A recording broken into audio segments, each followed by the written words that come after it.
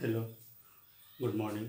आज हम जो है आप लोगों के बीच आप प्रजनन चैप्टर पढ़ाने जा रहे हैं। रिप्रोडक्शन लेसन 1 इंटर में जो है बहुत कुछ पढ़ना है। 16 चैप्टर है आप लोगों को पढ़ना, और 16 चैप्टर में आप लोगों को जो है सबसे पहला चैप्टर है रिप्रोडक्शन, जिसका जो है इसमें परिचय की हम लोग बात करेंगे कि इंट्रोडक्शन की बात करेंगे रिप्रोडक्शन में, कि इसका इंट्रोडक्शन किस प्रकार से होता है। इस प्रकार हम लोग जो है देखेंगे, इसका इंट्रोडक्शन देखेंगे हम लोग। इसमें सबसे पहले इसमें देखना क्या है, पहला चैप्टर में हम लोगों को बहुत सारा पढ़ना है, लेकिन सबसे पहले हम लोग रिप्रोडक्शन के बारे में जानेंगे कि रिप्रोडक्शन क्या होता है।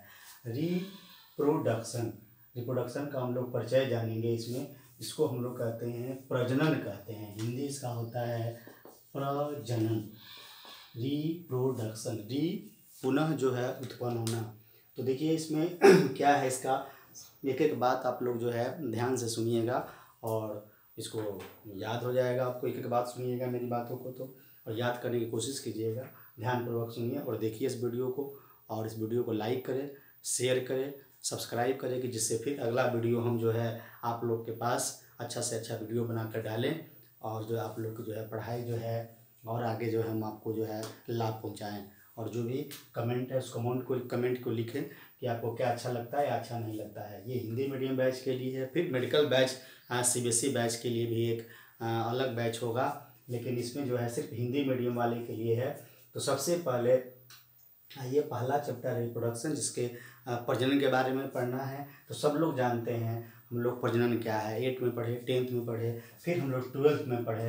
हर क्लास अल्टरनेट बाद हम लोग पढ़ते हैं। बहुत ही प्रजनन बड़ा इंपॉर्टेंट टॉपिक होता है। प्रजनन को समझना जो है, आप समझिए कि प्रजनन के लिए जो है कितना इम्पोर्टेंट है कि आपको 8th, 10th और 12th में पढ़ाई हो रही है। इसका बहुत ही महत्व है एक प्रकार का। ये महत्व क्या है, इस महत्व को जानना बड़ा ज़रूरी है।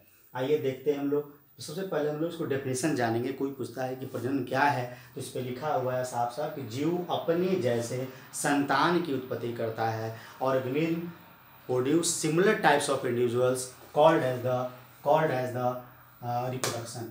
या जीव अपने जैसे संतान की उत्पत्ति करता है, उसी को हम लोग प्रजनन कहते हैं। और किसके समान होगा जी? आकारिकी में समान होगा एवं आनुवांशिकी में समान होगा।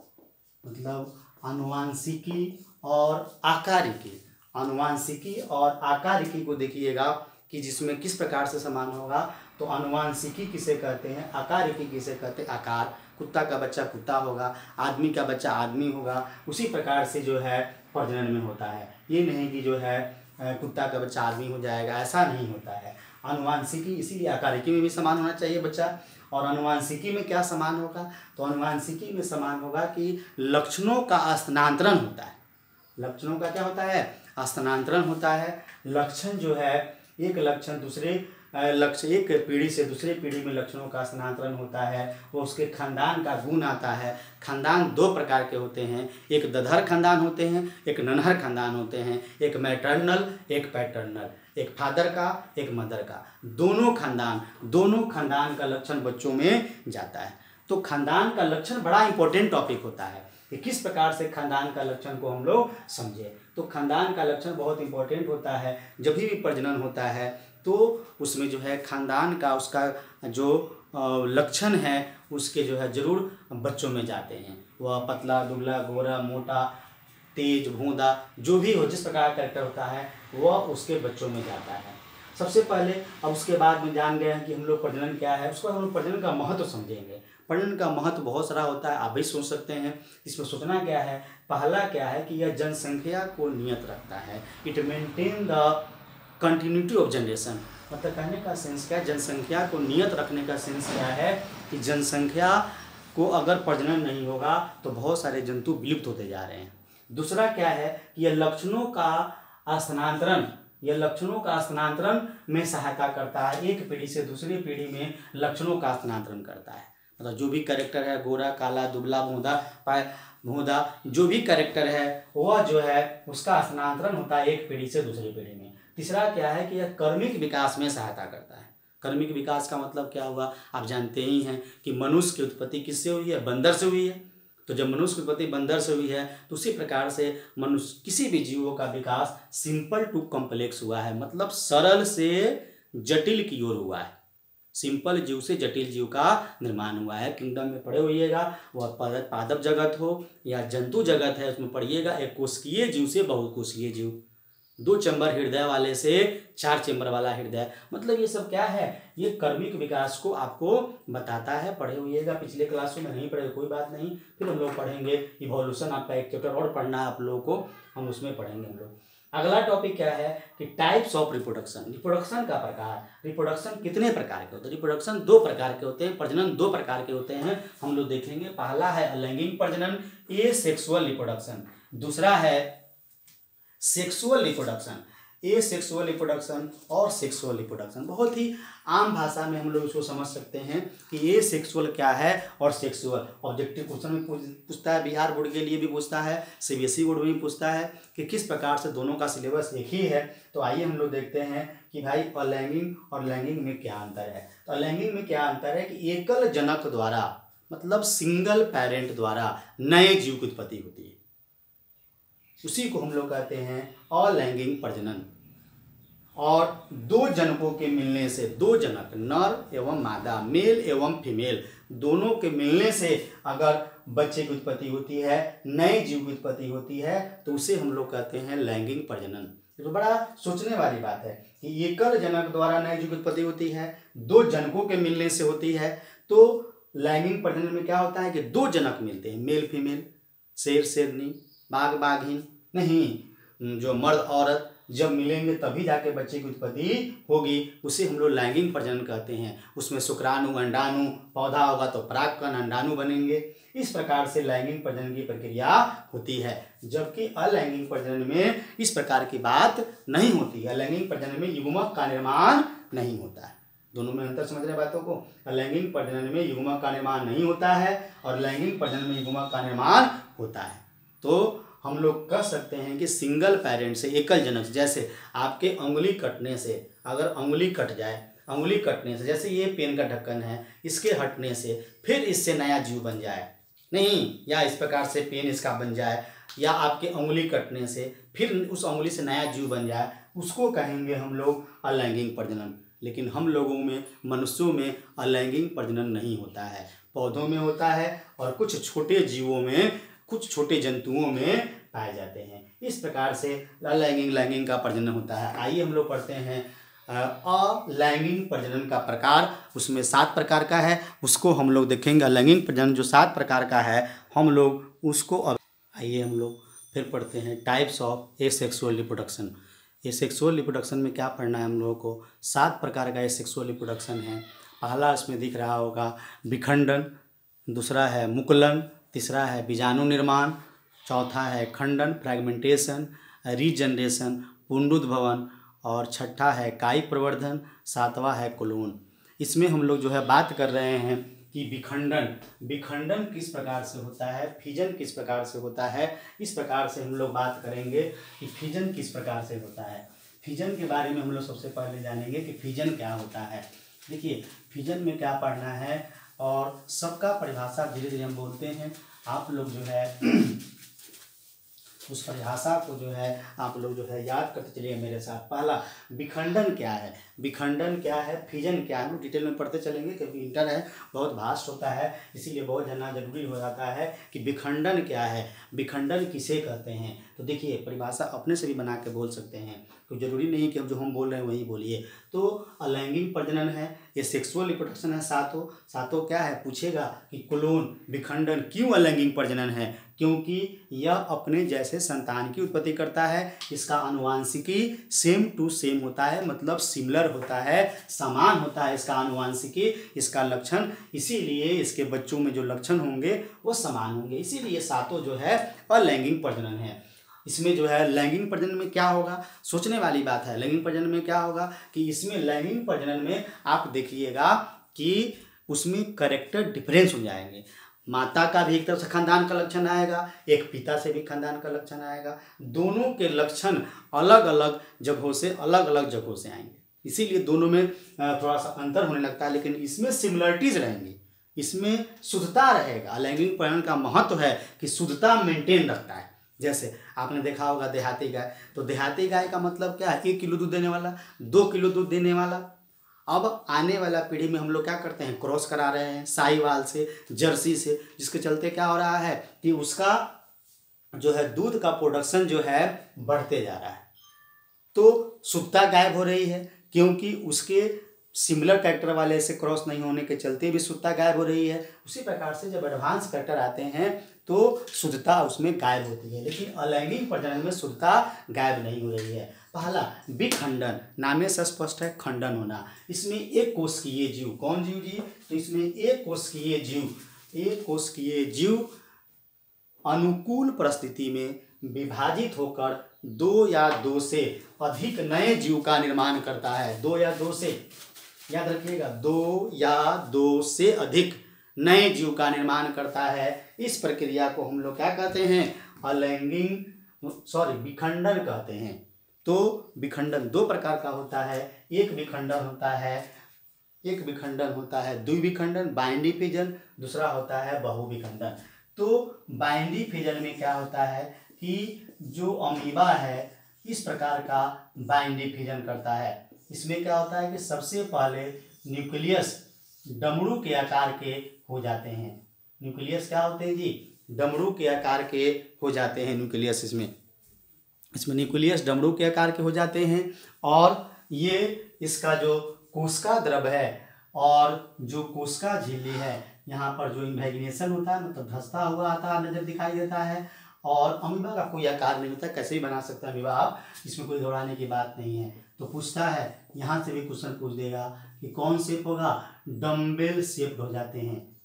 डम्बेल शेप मतलब डमरू के आकार का हो जाता है। कौन परिस्थिति में होता हुआ, तो अनुकूल परिस्थिति में। कौन परिस्थिति में, तो अनुकूल परिस्थिति में इसको बना सकते हैं आप कि अनुकूल परिस्थिति में होता है तो ये डमरू के आकार का हो जाता है, और इससे फिर 2 नए जीव का निर्माण हो जाता है। 2 नए जीव का निर्माण हो जाता है। इसको हम लोग कहते हैं, फिगर का नाम हो जाएगा द्विविखंडन। तो यही बाइंडी फिजन पूछेगा एग्जाम्पल में कि द्विविखंडन कौन कौन करता है, तो अमीबा भी करता है, पैरामेसियम भी करता है द्विविखंडन। इसमें एक कोशिकीय जीव अनुकूल परिस्थिति में, अनुकूल परिस्थिति किसे कहते हैं, तो सुनिए, अनुकूल परिस्थिति देखिएगा कि नमी हो, आर्द्रता हो, अंधकार हो, उसको कहते हैं हम लोग। वहाँ पर सूक्ष्म जीव की मात्रा ज़्यादा होती है। जहाँ ज़्यादा गंदगी होगी वहाँ पर ज़्यादा सूक्ष्म जीव की मात्रा होंगे। तो यहाँ पर देखने वाली बात है कि जहाँ ज़्यादा गंदगी है तो अनुकूल परिस्थिति वही है उसके लिए, जीव, छोटे जीव के लिए। तो वहाँ पर क्या है, नमी ज़्यादा है, डार्क रूम है नहीं। तो आजकल किचन रूम में देखिए, रसोई घर में बहुत कम रूम होता है कि आप बहुत लोग जो है क्या करता है कि 5 धुर जमीन खरीदा, उसी में अपना जो है क्या कर रहा है जी, अब छोटा सा जो है घर बना ले रहा है। तो छोटा सा घर में किचन कहाँ कर दिया, जगह बचा तो डार्क हो गया वो। तो वहाँ पर अगर ब्रेड रखिएगा तुरंत भूआ लग जाएगा नहीं। तो अनुकूल परिस्थिति हुआ वहाँ पर। लेकिन वही ब्रेड को अगर आप छत पर रख दे धूप में तो वह सूख जाएगा, लेकिन उसमें भूआ नहीं लगेगा, तो वह प्रतिकूल परिस्थिति हो जाएगा। पास में नहीं, अनुकूल परिस्थिति हुआ टेम्परेचर कम, आर्द्रता वायु में ज़्यादा हो, अंधकार हो, तो वह अनुकूल परिस्थिति कहलाता है। बार बार आप लोग रिपीट करते रहिएगा और लाइक भी कीजिए और सब्सक्राइब करते रहिएगा कि अगला नोटिफिकेशन अच्छा लगेगा तो फिर आपके यहाँ जो है वीडियो तुरंत पहुँच जाएगी। तो ये द्विविखंडन कहलाता है। उसी प्रकार से ये एक और होता है बहुविखंडन। इसमें क्या होता है कि अमीबा भी बहुविखंडन करता है, प्लाज्मोडियम भी करता है बहुविखंडन। तो अमीबा और प्लाज्मोडियम दोनों कर रहा है यहाँ पर बहुविखंडन। तो इसमें क्या होता है कि यहाँ पर प्रतिकूल परिस्थिति आता है। कौन परिस्थिति आता है, पहले प्रतिकूल परिस्थिति। आजकल जितने भी आप देखते हैं प्रतिकूल परिस्थिति में क्या होते हैं, छोटे जीव अपने चारों तरफ कड़ा आवरण बना लेता है, उसे सिस्ट कहते हैं। याद रखिएगा, छोटे जीव अपने चारों तरफ क्या करते हैं जी, कड़ा आवरण बना लेते हैं, उसे क्या कहते हैं, सिस्ट कहते हैं। ये कड़ा आवरण बन जाएगा, उसी को हम लोग सिस्ट कहते हैं, कुटी कहते हैं। अब यहाँ पर देखिए, यहाँ पर क्या होगा, ये सिस्ट बन गया, केंद्रक न्यूक्लियस अंदर ही अंदर डिवाइड कर रहा है, लेकिन बाद में क्या होगा, यही टूटकर जो है टूट जाएगा, प्रतिकूल अनुकूल जब परिस्थिति आएगा तो टूटेगा और प्रत्येक केंद्रक से नए नए जीव का निर्माण होंगे। इसको हम लोग कहेंगे कौन विखंडन? इसको हम लोग कहते हैं बहुविखंडन। इसको हम लोग कहते हैं बहुविखंडन कहते हैं इसे।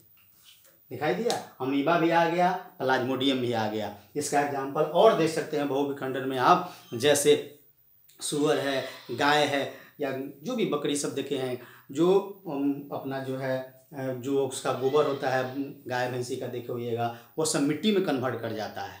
तो मिट्टी में जब उसके साथ जो भी वर्म का जो भी कृमि है, उसके जो टेप वर्म है या जो फ्लैट वर्म है उसके अंदर पाए जाते हैं, तो उसका अंडा जो है क्या करता है, सिस्ट बना लेता है, गोबर के साथ निकलता है। तो आपके क्या होगा, वह मिट्टी जब बदलेगा तो हवा के साथ गोलगप्पा पर, समोसा पर, कहीं कहीं फल पर पड़ेंगे, तो उसको अगर बिना धोए खाइएगा तो क्या होगा, वह बाद में वह सिस्ट वाला जो अंडा गया, आपके अंदर जो सूक्ष्म जीव गए, वह आपके साथ कृमि जो है फिर वह जीवित हो जाएगा और फिर आप में वह गाय भैंसी का सूअर का बीमारी आपको हो जाएगा। गाय भैंसी सूअर नहीं भी खाते हैं तभी भी आपके पास वह बीमारी पहुंच जाएगा।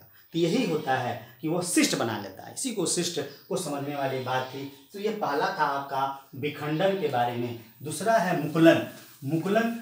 मुकुलन किसे कहते हैं? नाम से यह स्पष्ट है कि मुकुल से नए जीव का निर्माण होता है। किससे होता है जी? तो मुकुल से। याद रखने वाली बात है कि मुकुल से नए जीव का निर्माण होता है, उसी को हम लोग मुकुलन कहते हैं। सेकेंड हम लोग पढ़ रहे हैं कि भाई मुकुलन किसे कहेंगे, तो मुकुल से नए जीव का निर्माण होता है। देखिए मुकुल से होता है, तो मुकुल किससे होता है जी? मुकुल किसे कहेंगे? देखिए कि इष्ट देखे होइएगा, खमीर या हाइड्रा। देखिए हाइड्रा भी नहीं देखे होइएगा तो देखिए किताब में इष्ट, खमीर नहीं, सूक्ष्म जीव है, नहीं दिखाई देगा, एक कोशिकीय जीव है। तो मुकुल से नए जीव का निर्माण होता है। इसी प्रक्रिया को हम लोग मुकुलन कहते हैं। अपने से ही बोल सकते हैं कि यह अलैंगिक प्रजनन का प्रकार है। और विस्तृत बोलिए, यह अलैंगिक प्रजनन का प्रकार है जिसमें मुकुल से नए जीव का निर्माण होता है, उसे हम लोग मुकुलन कहते हैं। तो ये अनुकूल परिस्थिति भी जोड़ना होगा इसमें। और इसमें क्या होता है, जैसे आपका दाल, गर्मी के दिन आ रहे हैं गर्मी के दिन। अब गर्मी के दिन जो है में दाल आपका खट्टा हो जाता है। तो क्यों खट्टा हो जाता है? बहुत दिन के बाद कि वह इष्ट है, इष्ट उसमें आ जाते हैं। इष्ट कहाँ है भाई? सूक्ष्म जीव है तो हवा में है। मैंने पहले भी बोला कि हर जगह हवा में सूक्ष्म जीव की मात्रा रहती है। वह जिसका जितना बॉडी रेसिस्ट किए हुआ है, रोगों से लड़ने की क्षमता ज़्यादा है, वह बीमारी को ज़्यादा झेल सकता है, उसको बीमारी कम होगी। और जिसमें रोगों से लड़ने की क्षमता कम है, उसको बहुत जल्दी बीमार होता हुआ आदमी बहुत जल्द बीमार होगा। इस बात को ध्यान देने वाली बात होगी। तो इष्ट में क्या होता है कि बहुत सारे बड बन जाते हैं उसके शरीर के सतह पर, बहुत सारे बड बन जाते हैं उसके शरीर के सतह पर। और वह बड अनुकूल परिस्थिति में, किस परिस्थिति में जी? अनुकूल, फेवरेबल कंडीशन में, फिर अनुकूल परिस्थिति में आप जो है लिख सकते हैं यहाँ पर कि ये बड जो है हट जाते हैं। देखिए इस क्लास में आपको याद भी करते रहना है और बार बार रिपीट करके आप लोग इसको याद करते चलिएगा, तो कभी भी आपको ट्यूशन पढ़ने की आवश्यकता नहीं होगी। देखिए अनुकूल परिस्थिति में, यहाँ पर मेरी बात दीजिएगा ध्यान, कि बड का निर्माण होता है, मुकुल का निर्माण होता है। इसी मुकुल से नए जीव का निर्माण हो जाता है। इसी को हम लोग क्या कहते हैं? मुकुलन प्रक्रिया जो है कहते हैं। ठीक, अब आता है मुकुलन के बाद इसी प्रकार से हाइड्रा भी करता है। हाइड्रा में देखिए, हाइड्रा का कि इसमें टेंटिकल्स होते हैं हाइड्रा में, यहीं पर जो है बड बन जाता है। इसी बड से क्या होते हैं, धीरे धीरे ये बड क्या करेंगे, यहीं पर जो है नए जीव का निर्माण होगा और ये डिटैच कर जाएगा, अलग हट जाएगा। नया हाइड्रा इससे जो है क्या हो जाएगा, इससे अलग हट जाएंगे, न्यू हाइड्रा। और ये न्यू हाइड्रा जब हटेंगे तो इस प्रकार से मुकुलन प्रक्रिया हाइड्रा में भी होती है। आइए हम लोग देखते हैं बीजाणु। बीजाणु में क्या होता है जी? बीजाणु में देखिएगा आप लोग कि बीजाणु प्रक्रिया में देखिएगा कि किस प्रकार से जो है बीजाणु प्रक्रियाएं होती है। तो बीजाणु में क्या होता है जी? कि बीजाणु में देखिएगा कि ये जो ब्रेड है, नहीं ब्रेड देख रहे हैं बीजाणु में, कि आप जो है ब्रेड देखे हुएगा भुआ लगते हुए, अचार देखे हुएगा भुआ लगते हुए, तो जो भुआ लगता है उसका संरचना अलग होता है। माइक्रोस्कोप से देखने से, सूक्ष्मदर्शी से जब आप इसको देखिएगा तो इसमें जो है इसके ऊपरी संरचना पर एक बीजाणुधानी होता है, स्पोरेंजियम होता है। देखिए जितना भी पढ़ा रहे हैं हर जगह ये जो है मेडिकल में पूछते रहता है, कहीं कहीं कंपटीशन में प्रतियोगिता में पूछे जाते हैं। जितने भी मेरी लाइन हैं उस लाइन को याद करते चलिएगा, हर जगह पूछे जाते हैं। तो इसके जो बीजाणु निर्माण कर रहे हैं इसका नाम है ब्रेड मोल्ड। इसका नाम क्या है? ब्रेड मोल्ड, या इसी को हम लोग कहते हैं राइजोपस। बोलने आ गया राइजोपस। अब देखिए बीजाणुधानी में क्या है कि बहुत सारे जो है बीजाणु, यहाँ पर बहुत सारे बीजाणु पाए जाते हैं जो बीजाणु से ये जो बीजाणु है बीजाणुधानी में पाए जाते हैं और अनुकूल परिस्थिति में ये फट जाते हैं। फटने पर तुरंत अनेकों जो है बीजाणु से नए नए जीव का निर्माण होंगे।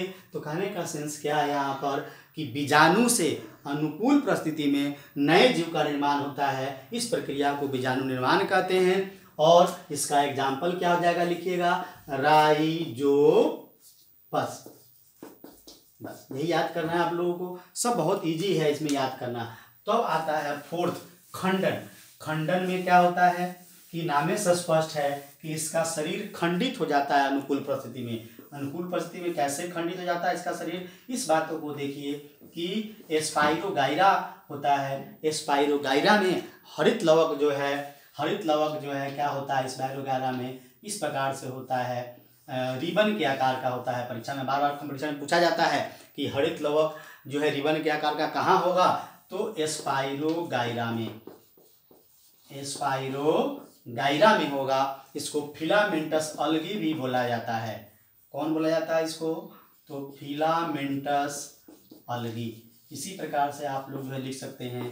फिगर का नाम नीचे बनाइए और इसमें केंद्रक पाए जाएंगे और इसमें जो है ये दो भागों में अनुकूल परिस्थिति में 2 या 3 भागों में टूट जाएंगे। सपोज 2 भागों में तोड़ दिए इसको, तो 2 भाग अलग अलग कर देंगे इसका और दोनों भाग में देखेंगे कि जो यहाँ पर हरित लवक है जो रिबन के आकार का बना देंगे हरित लवक, और इस प्रकार से देखेंगे कि जो खंडित भाग है प्रत्येक खंडित भाग से इसमें क्या होता है फ्रैगमेंट से। इसमें लिखिएगा कि यह अलैंगिक प्रजनन का प्रकार है जिसमें जीव खंडित हो जाते हैं और प्रत्येक खंडित भाग से नए जीव का निर्माण होता है। यहाँ पर देखिए प्रत्येक खंडित भाग हो गया, इससे नए जीव का निर्माण हो जाता है। इस प्रकार से हरित लवक अपना बना सकते हैं। इसका हरित लवक रिबन के आकार का होगा। आराम से बनाइएगा आप लोग। नहीं, हम थोड़ा सा फास्ट कर रहे हैं कि वीडियो के लिए बहुत बड़ा हो जाता है इसके चलते। तो यहाँ पर देखिए नए जीव का निर्माण होता है।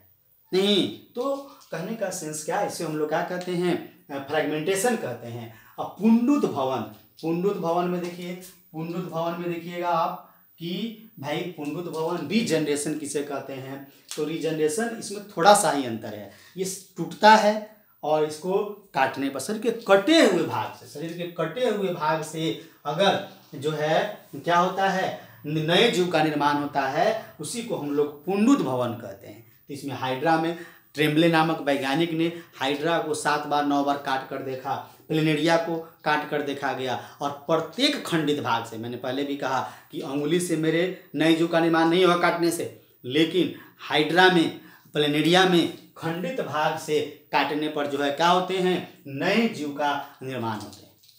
तो प्लेनेरिया बड़ा पूछता है कि किस पर ज़्यादा रिसर्च हुआ है पुंडुत भवन का, तो प्लेनेरिया पर और हाइड्रा पर। किसने खोज किया था, तो ट्रेम्बले नामक वैज्ञानिक ने खोज किया था पुंडुत भवन का, बताया था हाइड्रा पर। आइए हम लोग बताते हैं प्लेनेरिया पर किस प्रकार से फिगर किताब में आपके दिए रहते हैं इसको पढ़ने के लिए। यहाँ पर देखिए, यहाँ पर जो है ये प्लेनेरिया हो गया। प्लेनेरिया से क्या होता है, इसमें सिंपल आई है, ये सबसे पहला आई ह्यूमन जो आई का इवोल्यूशन है, तो first simple I present in the planaria. तो आप ये भी देख सकते हैं कि इवोल्यूशन हुआ है, तो इवोल्यूशन में क्या हुआ है जी, तो फर्स्ट जो निर्माण हुआ है वह सबसे पहले प्लेनेरिया में ही हुआ है। इसको प्लेनेरिया कहते हैं, फ्लैट वर्म कहते हैं प्लेनेरिया। नहीं, प्लेटिहेल्मिन्थस का एग्जाम्पल है। ये सब भी कंप्यूटर में पूछे जाते हैं। अब ये क्या होते हैं, अनुकूल परिस्थिति में, अनुकूल परिस्थिति में क्या होंगे, ये खंडित हो जाते हैं। कितने भागों में, जितने भागों में काटिएगा, दो हम 3 भागों में खंडित कर दिए हैं, तो 3 नए जीव का निर्माण होगा। इसके 3 भाग हो गया, 1 2 3 खंडित भाग है, तो 3 नए जीव का निर्माण होता है।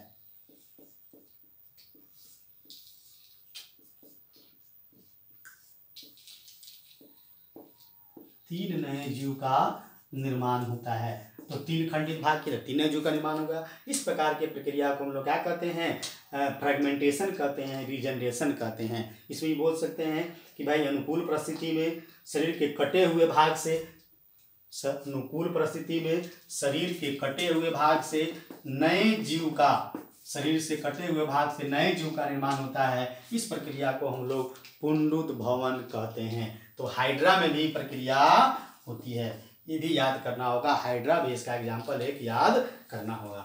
दूसरा आ गया आपका कायिक प्रवर्धन। कायिक प्रवर्धन से पहले हम लोग पढ़ते हैं एक और बड़ा इंपॉर्टेंट है, थोड़ा बड़ा टॉपिक है। इसके पहले हम लोग पढ़ते हैं कुलून प्रक्रिया। कुलून जो है, कुलून प्रक्रिया में देखिएगा कि किस प्रकार से होता है कुलून। कुलून का सबसे पहले विल्मट नामक वैज्ञानिक ने खोज किया था। किसने खोज किया था, तो याद रखिएगा, विल्मट इन 1997 में एक भेड़ बनाया था, डॉली सीप इसका नाम था। क्वेश्चन पूछता है कि भेड़ का नाम क्या था, तो डॉली। 4.25 साल बेचारे जिंदा रही और अर्थराइटिस बीमारी से बेचारी मर गई, डॉली से, याद रखिएगा आप लोग। तो कुलून सबसे पहले विल्मट ने बताया था। मतलब कुलून का मतलब है कॉपी करना। जैसे आप अमिताभ बच्चन बनाना चाहते हैं तो उसके सिंगल सेल से, एक कोशिका से अमिताभ बच्चन बना सकते हैं। अगर आप कैटरीना कैफ बनाना चाहते हैं, कोई भी, ममता कुलकर्णी, जो भी आप बनाना चाहते हैं, जो भी हीरोइन बनाना चाहते हैं, जो आजकल तो बहुत बड़ी नई हीरोइन सब आई हैं, तो हम लोग तो उतना याद नहीं है, लेकिन फिर भी आप लोग जो भी बनाना चाहते हैं वो बना सकते हैं। मतलब क्लोन का मतलब है कॉपी करना, ठीक ना। तो एक सिंगल सेल से नए जीव का निर्माण करना। सिंगल सेल से कैसे होता है जी, एक सिंगल सेल ले लिया जाता है किसी भी शरीर से जो है कि जिसका बनाना है कॉपी, इस पर अंतर्राष्ट्रीय रोक लग गई, क्योंकि इसका उपयोग आप भी सोचिए गलत कर सकता है कोई भी आदमी। कोई भी इसका उपयोग निर्दयता पूर्वक कर सकता है, क्रूअल रूप में कर सकता है, जैसे मनुष्य बनाकर उसका किडनी बेच देना या आतंकवादी बना देना। नहीं, ये सब प्रक्रियाएं करेगी। तो इस पर क्लोन पर रोक लगा हुआ है। कोई भी इस पर रिसर्च करेगा तो वो सारा देश मिलकर इंटरनेशनल, अंतर्राष्ट्रीय मुद्दा बनती है और उस पर आक्रमण होता है। तो कोई भी बायोलॉजी में हम लोग गलत रिसर्च नहीं कर सकते हैं। बायोलॉजी देखिए, साइंस एक जो है क्या है, एक जो है लाभदायक भी है तो हानिकारक भी है। इस बात को एकदम याद रखिएगा। साइंस वरदान है तो अभिशाप भी है। इस बात को हम लोग को लेकर चलना है कि लोगों को कल्याण के लिए काम करना है, न कि साइंस का इसका गलत उपयोग करना है। साइंस का गलत उपयोग कभी नहीं कीजिएगा। सिंगल सेल से जो है क्या होगा, नए जीव का निर्माण किया था इन्होंने कि सिंगल सेल से जब उसने जो है इलेक्ट्रोफ्यूजन कराया, इलेक्ट्रोफ्यूजन इलेक्ट्रोकेमिकल मेथड के माध्यम से, इलेक्ट्रोफ्यूजन मेथड के माध्यम से इसने क्या किया, इस सेल को जो है विभाजित कराया। तो बहुत सारे कोशिकाओं में विभाजित हो जाएगा, मीन्स एम्ब्रायो का निर्माण हो जाएगा। और इसको क्या करेंगे हम लोग, सरोगेट मदर में, uterus of surrogate mother, uterus of surrogate mother. मतलब कहने का सेंस क्या है कि जो सरोगेट मदर कहते हैं कि जिसके में गर्भाशय में डाला जाए उस बच्चा को पलने के लिए, उसके गर्भाशय में, जैसे मनुष्य तो 9 मंथ तक, जैसे शाहरुख खान ने तीसरा बच्चा चाहा तो एक आदमी को गोद, एक औरत को गोद लिया 9 मंथ के लिए, उसको पैसा देकर रखा और अपने बच्चे को, उसके अपने भ्रूण को क्या किया, टेस्ट ट्यूब में बनाकर उसके गर्भाशय में डाल दिया, उसके यूट्रस में डाल दिया। That is the surrogate mother. उसी प्रकार से उसको सरोगेट मदर कहेंगे। मतलब जो गर्भाशय में, जिसके गर्भाशय में डाला जाता है, नहीं, उसको सरोगेट मदर कहेंगे। बाहर बनाया जाएगा भ्रूण, एम्ब्रायो, और उसके गर्भाशय में डाला जाएगा, उसी को हम लोग सरोगेट मदर कहेंगे। तो उससे क्या होगा, नए जीव का निर्माण होगा। ये नए जीव का निर्माण होगा। इसी प्रक्रिया को हम लोग क्या कहते हैं, क्लोन कहते हैं। तो परिभाषा क्या बनेगा कि बड़ा इंपॉर्टेंट टॉपिक आपके परीक्षा के लिए हमेशा हर साल पूछते रहता है परीक्षा में। कुलून इस साल नहीं पूछा है, इसका मतलब आपके लिए 2021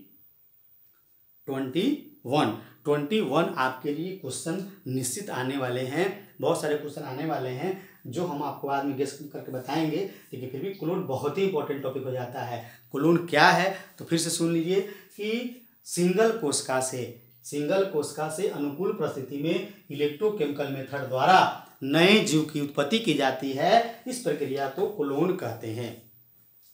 कुलोन को अलैंगिक प्रजनन क्यों कहते हैं? एनसीईआरटी क्वेश्चन है, आपको पूछा जाता है कि कुलोन को अलैंगिक प्रजनन क्यों कहते हैं, तो कहिएगा कुलोन को अलैंगिक प्रजनन इसलिए कहते हैं कि कुलोन अलैंगिक प्रजनन है क्योंकि कुलोन से नए जीव की जो उत्पत्ति होती है, नए जीव में जो लक्षण होते हैं, जो नए जीव आकारिकी एवं आनुवांशिकी में अपने माता पिता के समान होता है, इसीलिए इसको हम लोग जो है कुलोन को अलैंगिक प्रजनन कहते हैं।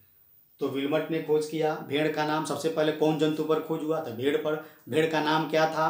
तो डॉली। इस प्रकार से कुलोन प्रक्रिया होती है। आगे हम लोग पढ़ेंगे, इसी प्रकार से हम लोग पढ़ेंगे आगे कायिक प्रवर्धन। आइए हम लोग कायिक प्रवर्धन पढ़ते हैं कि कायिक प्रवर्धन 2 प्रकार के होते हैं। कायिक प्रवर्धन मैंने बोला 2 प्रकार का होता है। अब किसे कहते हैं कायिक प्रवर्धन, इस बात को हम लोग देखिए कि कायिक प्रवर्धन किसे कहते हैं।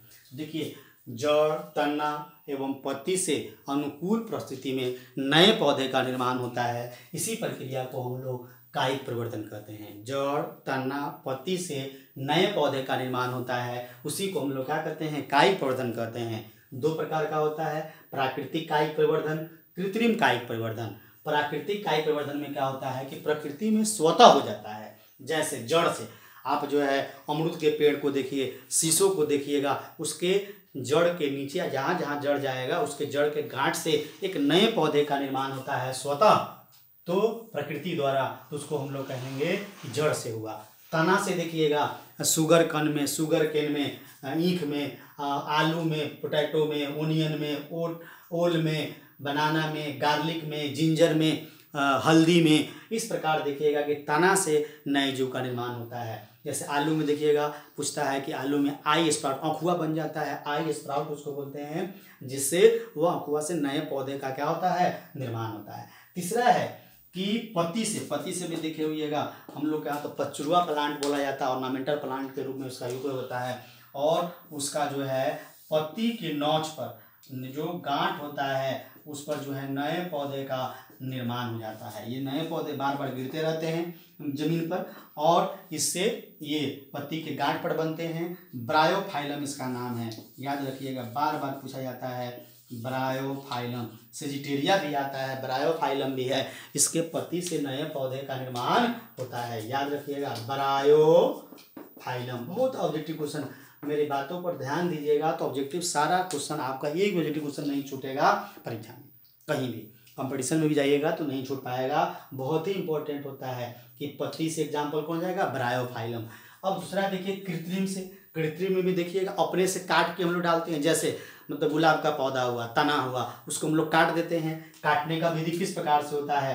फ्लावरिंग पौधा का हम लोग कटने से करते हैं। थोड़ा सा तिरछा भी रोकते हैं हम लोग गमला में, और क्या करते हैं, इसको कटिंग तिरछा करते हैं। तिरछा देखिए इस प्रकार से कटिंग करते हैं, ये तिरछा, क्योंकि सरफेस ज़्यादा बनेगा तो जड़ का निर्माण तुरंत हो जाएगा।